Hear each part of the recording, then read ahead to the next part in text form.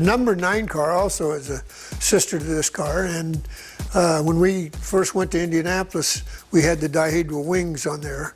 But the object was, if you went to the Indianapolis and you looked down on the cars from the first corner up in the grandstand, you'd see, even though they're understeering a bit, the back end is still hanging out.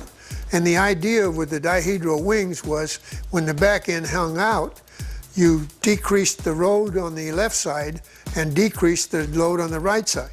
And that was the object of that. Like children taking first steps, new cars roll onto the track.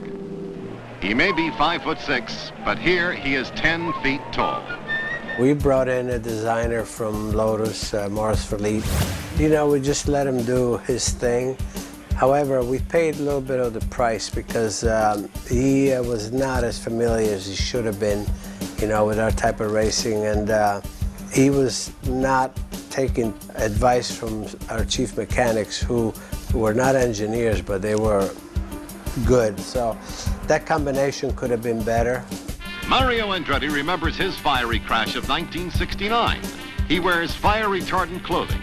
His helmet and car, like those of his competitors, has been certified after exhaustive tests and inspection. Because we weren't running real quick, the drivers also didn't like this. They felt like there was a car there.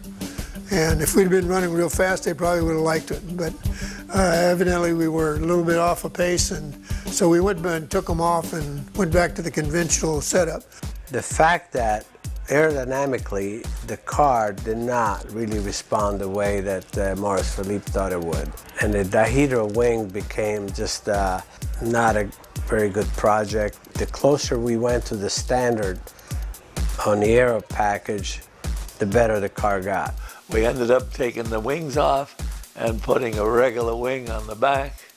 On the track, Mario Andretti, the 1969 Indianapolis winner and 3-time national champion.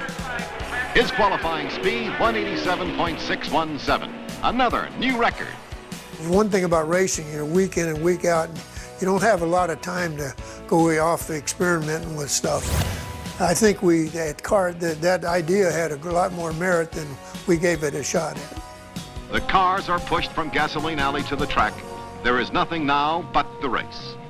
Maurice didn't understand IndyCar racing. He put the front shock absorbers to one point in the center.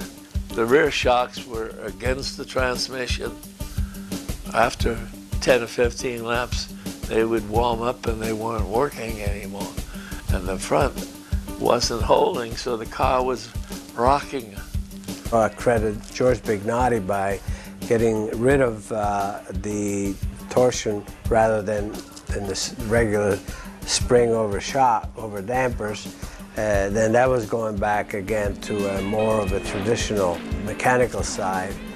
I remember we had breakfast one morning, Vel Miletich and Parnelli Jones and we were talking, and I said, well, I think that I'm done as far as your mechanic, because you've taken the chassis away from me, you took the engine away from me, and I says, you really don't need me anymore. And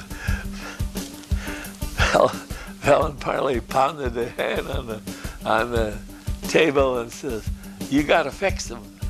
And I said, okay. The closer we got to the traditional, the better, you know, the car became. And the car ultimately was really a nice car to drive, but not at the beginning. Actually, at the beginning, it was quite a disaster. Donahue, Rebson, Bettenhausen, and Andretti behind him.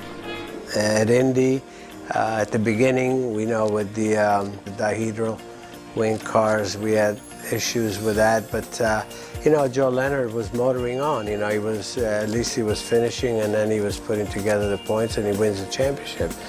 For some reason or other, Al Unser and I didn't have that luck, you know, but regardless though, the fact that we were competitive, I think was very important.